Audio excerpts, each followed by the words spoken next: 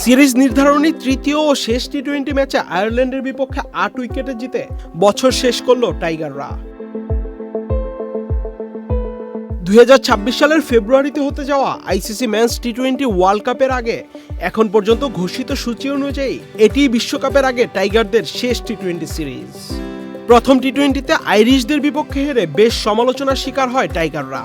এরপর পরের দুই টি-20 জিতে বেশ দুর্দান্তভাবেই ঘুরে দাঁড়ালো বাংলাদেশ।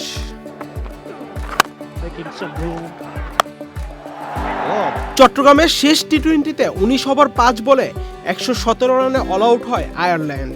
এদিন টাইগার বোলাররা ছিল বল হাতে অনবদ্য। মুস্তাফিজুর রহমান ও রিশাদ হোসেন নেন 3টি করে উইকেট। 118 রানের টার্গেটে ব্যাট করতে নেমে বাংলাদেশ মাত্র 13 ওভার 4 বলে 8 উইকেট হাতে রেখে জয় তুলে নেয়। প্রথম দুই টি-20তে পারফর্ম করতে না পারলেও এদিন ব্যাট হাতে তানজিদ হাসান তামিম তুলে নেন নিজের 50, করেন 36 বলে 55 রান।